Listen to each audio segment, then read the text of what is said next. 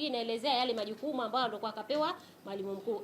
Atasimamia utekelezaji wa sera za elimu, mitaala, viwango na maagizo yanayotolewa kwa mujibu wa sheria hii. B, atahakikisha utoaji mzuri wa ufundishaji na ujifunzaji wa udumishaji wa viwango vya kitaaluma. C, atasimamia na kusaidia walimu na wafanyakazi wasio walimu katika utekelezaji wa majukumu yao.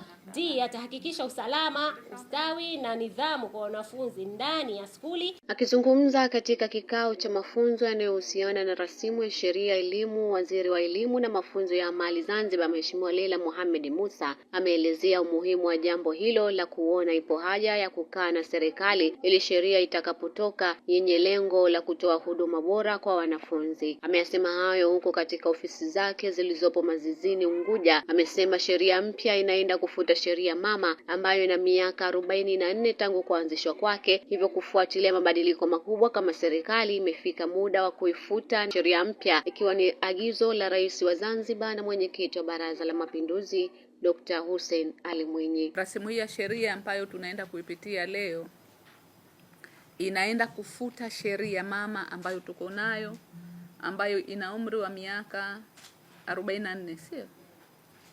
Sheria ya elimu ya mwaka 1982. Sheria hii tumekuwa ndani ya Wizara ya Elimu tangu kutunga kwake, ndio sheria ambayo tunaenda nayo. Lakini kufuatilia mageuzi makubwa ya kidunia ambayo yanaendelea, mabadiliko ya wakati, mabadiliko ya uhitaji, lakini kukua kwa mawanda makubwa ya elimu sasa duniani, tumefika pahali kama serikali tumeona sheria hii, pamoja na kuwa muda baada ya muda ilikuwa inafanywa marekebisho, lakini imefika muda sasa wa kuifuta na kuwa na sheria mpya. Waziri Leila ametoa wito kwa wajumbe wa kamati ya ustawi wa jamii wa Baraza la Wawakilishi kufuatia mafunzo hayo na kuwataka kuwa wasikivu wakati wa kupitishwa kwa sheria hiyo ili kuweza kupata mustakabali mwema. Tutafanya wasilisho kifungu kwa kifungu. Wataalamu wetu, timu yote iko hapa ili muweze kuvisikia hivyo vifungu vilivyomo kwenye sheria yenyewe.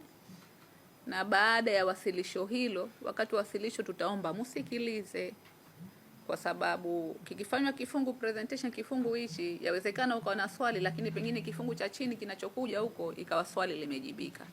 Kwa hiyo wakati wa wasilisho, mwisho mwenyekiti na waheshimiwa wajumbe, tutawaomba moyo wavumilivu, musikilize mpaka mwisho. Baadaye utakuwa ni muda wa mjadala. Mjumbe wa kamati ya ustawi wa jamii amesema mafunzo hayo yameweza kuona umuhimu wa kufanywa marekebisho kwa rasimu hiyo na wameanza kupitia, na ni moja miongoni mwa sheria bora inayokwenda na kuondosha matatizo mengi ya elimu, sambamba na kuona matarajio yanayokwenda kufuata sheria ambayo itakayotungwa. Eneo la kamishna ya elimu, eneo hili limefutwa muda mrefu, lilikuwa halipo na alifanyi kazi, lakini unaliona kwenye sheria hii limekwenda kurejeshwa kuwa na kamishna wa elimu, na ambaye amewekewa majukumu yake yatakuwa ni yepi na yepi. Lakini pia imeika msingi sasa ya kwenda kuteua maafisa elimu wilaya, maafisa elimu mikoa, lakini pia hata upatikanaji wa walimu wakuu. Unaona kabisa kwenye rasimu hii unakwenda kubadilika, itakuwa ni tofauti na sheria hii ambayo ipo. Tumeona kwamba huko nyuma wazazi na watu wengi katika jamii wamekuwa wakilalamikia upatikanaji wa walimu wakuu hawa ambao wanaziongoza shule zetu. Lakini rasimu hii imeweka misingi imara, misingi mizuri ya upatikanaji wa walimu wakuu. Haitokuwa tena kama sasa hivi ambavyo mwalimu mkuu anapatikana, lakini yote ya yote inakwenda kuweka mazingira mazuri ya watoto sasa kupata elimu. Matarajio yetu ni kuona sheria hii sasa inakwenda kufuta ile sheria ambayo ilikuwa ipo, ambayo ilikuwa inalalamikiwa na watu wengi, inalalamikiwa na wadau wa elimu, lakini sasa sheria hii inakwenda sasa kupandisha hadhi, inakwenda kupandisha sifa ya elimu yetu. Mafunzo haya yamehudhuriwa na wajumbe mbalimbali wa kamati ya ustawi wa jamii, kamati ya Baraza la Wawakilishi, mkurugenzi wa Wizara ya Elimu, mkuu wa kitengo cha sheria, ambayo yatafanyika kwa siku 2.